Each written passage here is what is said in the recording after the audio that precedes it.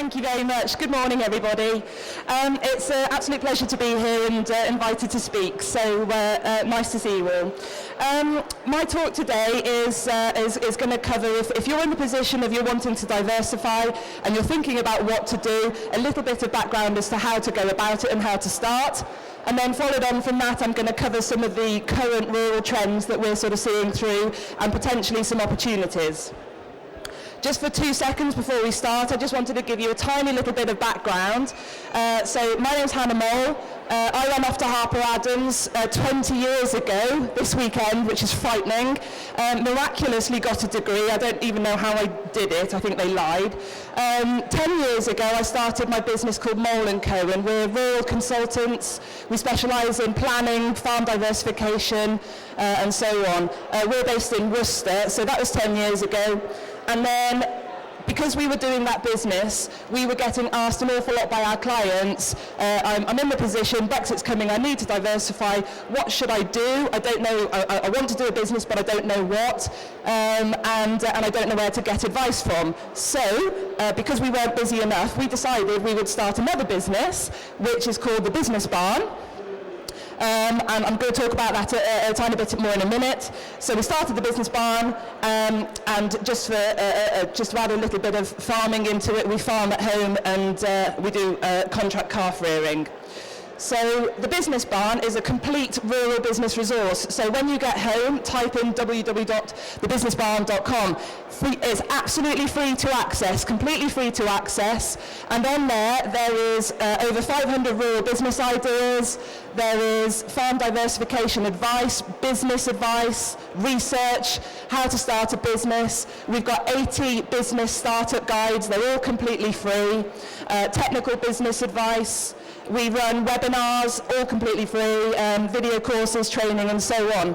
On the website, we've got what we call our rural yellow pages, and that is how we how this is a business. So we've got lots of suppliers that supply the rural sector. So when you've got things that you need, come to our website, have a look for the businesses that you're after. That's experts and products. It's all on there. They're all trusted, credible services. The types of exhibitors that you've come here to see today. So this is just very quickly the type of thing that you'll see on our website. We've got all these types of business ideas. We've got pages of business ideas. As I say, we've got the directory. We've got loads of case studies, that sort of thing. And so just pop across, have a look. It's the sort of thing that people are coming back to time and time again, which is great. It's been going a couple of years now.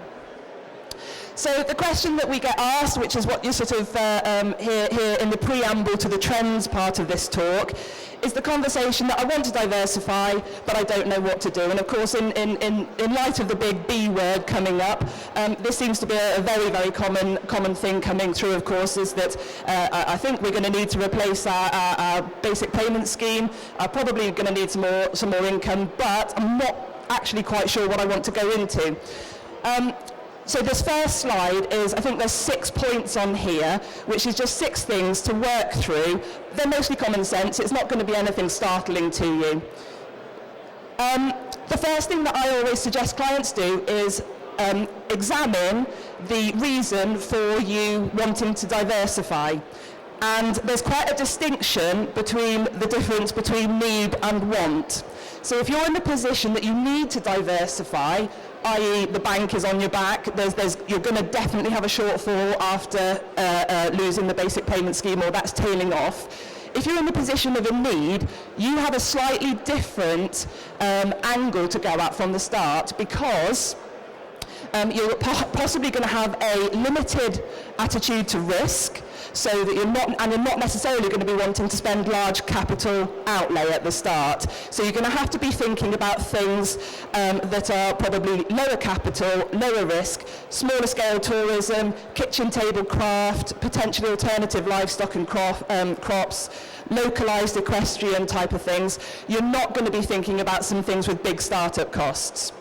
If you're in the position that you want to diversify because you want more money, you want money to be able to spend it on things that perhaps you're not in the position to be able to do now, you're in a slightly different position. So you can think about different business models. You might be in the position where you've got a little bit more capital to start off with, or perhaps a different attitude to risk. The first thing we always say, or the second thing we always say to our clients though, is that there is quite a big difference in the types of diversifications. And we refer to them as passive and proactive. So by that I mean passive is things that don't take you as a person to really do a lot. So things would be renewable energy, for example. There would be things like renting out buildings. Yes, you've got to set that up, but it's actually not going to take a lot of your time and a lot of your input to run that business. So that's a passive type of income. A proactive type of income is where you have to start a whole nother business. So that is glamping, that is retail, that is developing a product. And from that, being in that position, if you're farming, you're suddenly just setting up a whole nother business. So, and what I'm saying, I think, is probably don't undertake that lightly. You've got to throw yourself into that whole other business to make it work, and that is you being in that business. That's you thinking about it night and day, and what are the consequences to your current agricultural business by starting this sort of business.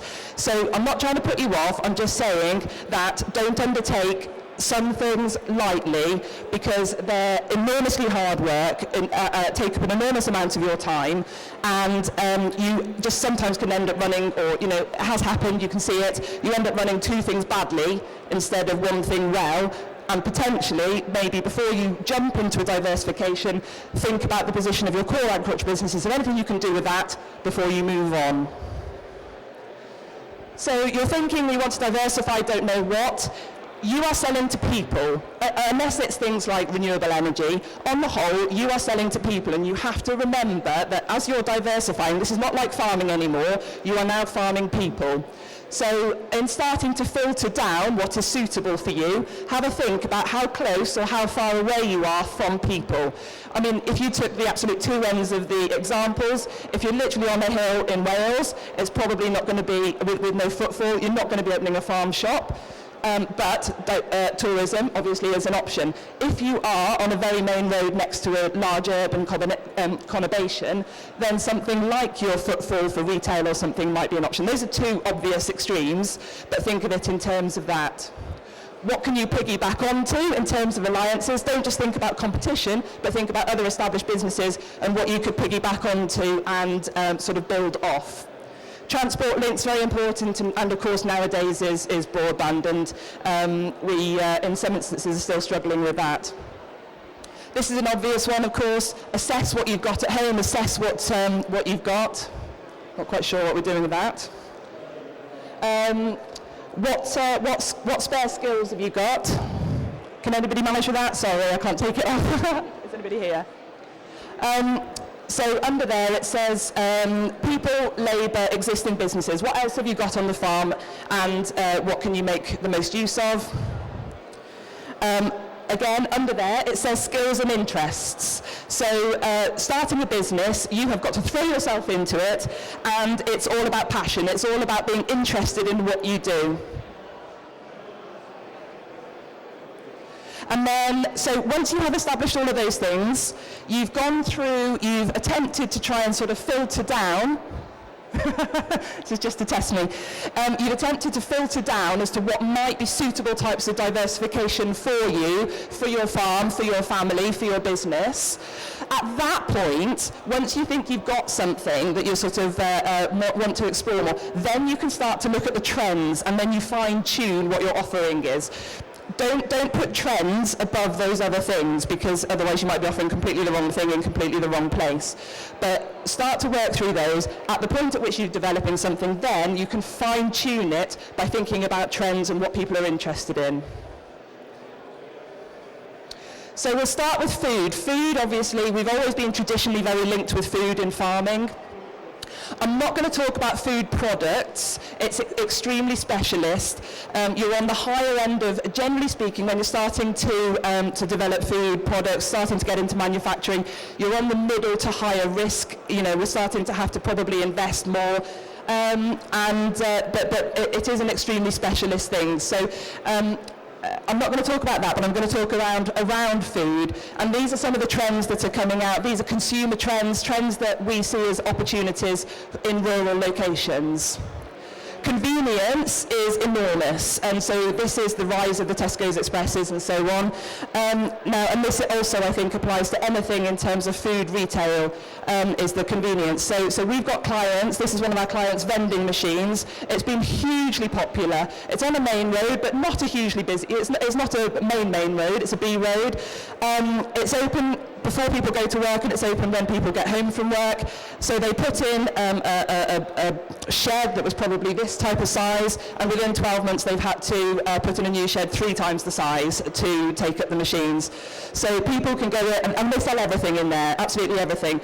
But it's amazing because, and I think this is a reflection of human nature, people like now to be able to buy things without having, sadly, a human interaction. They like to be able to go and just buy it. You haven't got to walk into a farm shop and think, oh, it's too expensive, I'm going to walk out again and that's embarrassing. You can go in, take your time and choose. Very, very popular. Eating experiences. You'll hear me say the word experiences quite a lot in the next couple of slides. So people now are not wanting to buy products, they are wanting to buy things that are Instagrammable, things that are making memories is the expression.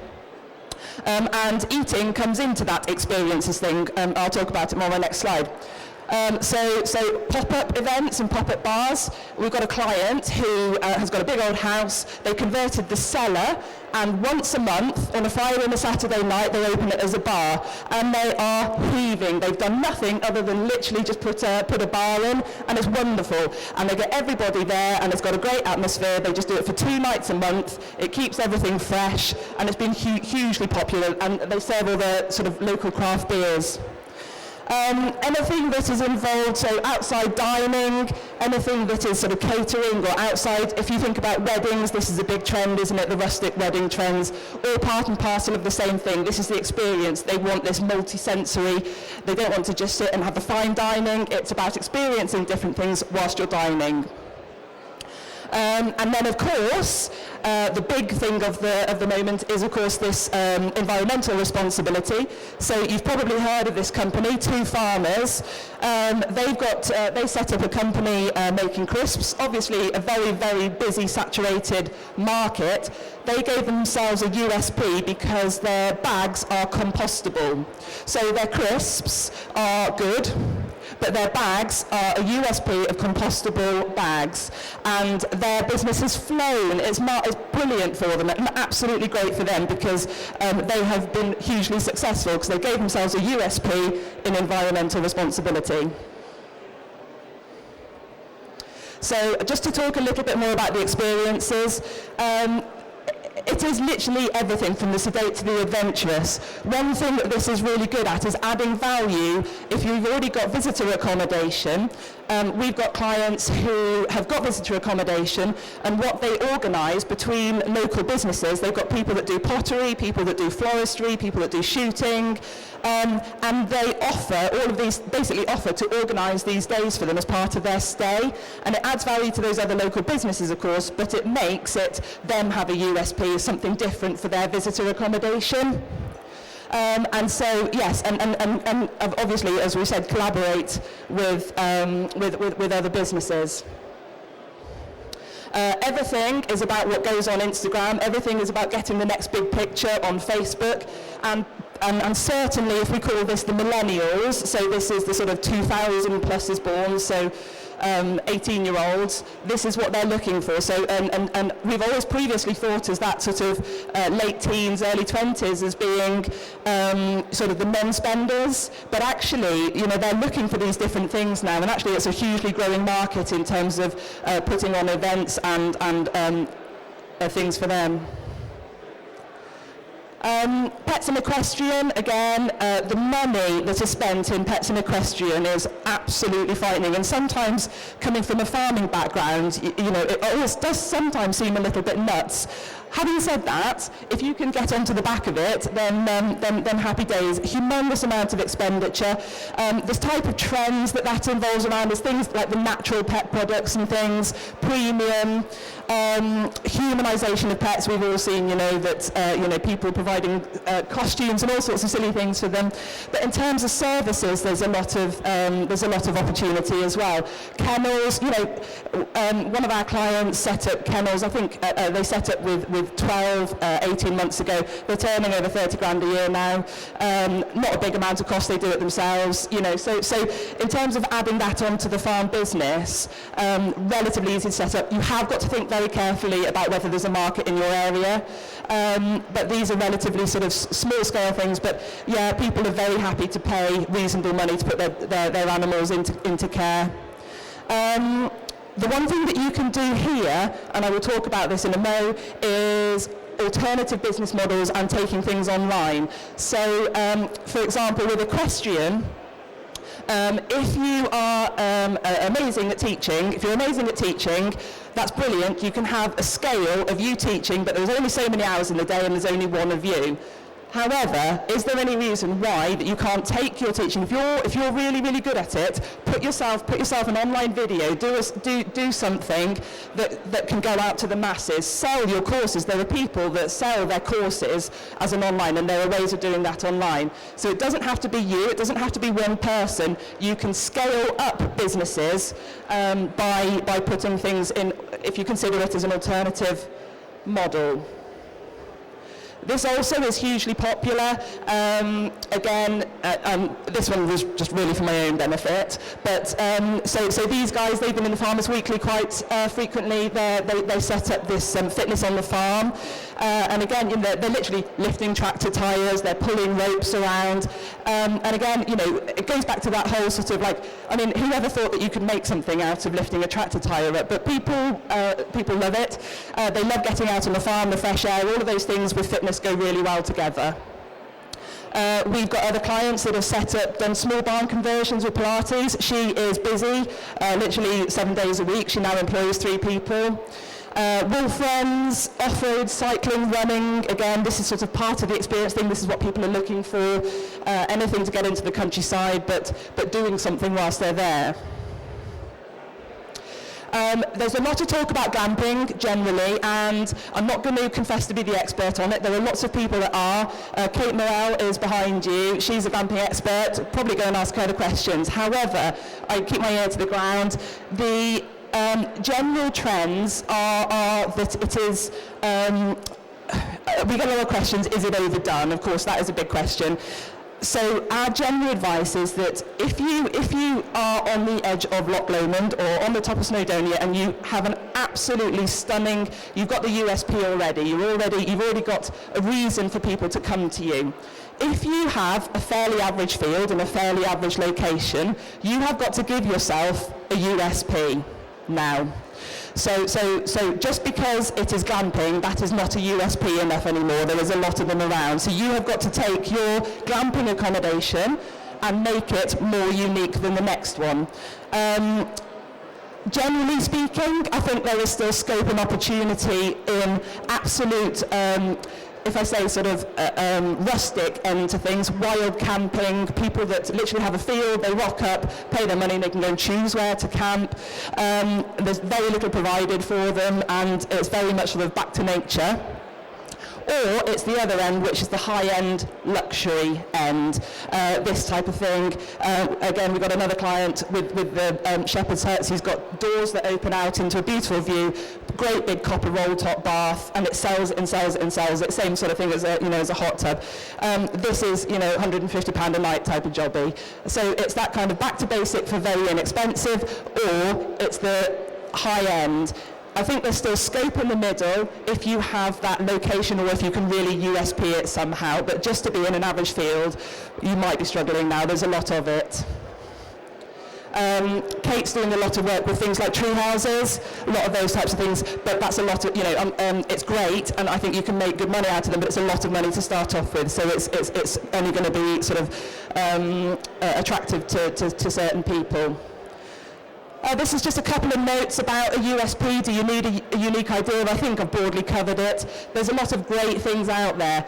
You can do exactly the same as somebody else in a different area. You can do it cheaper, you can do it more expensive.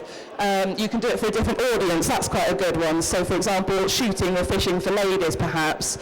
Choose a different audience, or if you are setting up for your glamping accommodation, maybe just think about a different audience that wouldn't typically come and market to a niche maybe. The bottom 4 are general kind of consumer trends. Can you apply this to your rural business? Personalisation of things, that's more to do with products really than necessarily services. We talked about the social and environmental responsibility, and that there's no going away from that. That's here to stay. Different payment models, subscription. I think I've got one on the next one. This lady here is Victoria Knowles-Wax, and she started a club shooting for ladies, which was really successful. She was doing ladies only days, or she is doing ladies only days.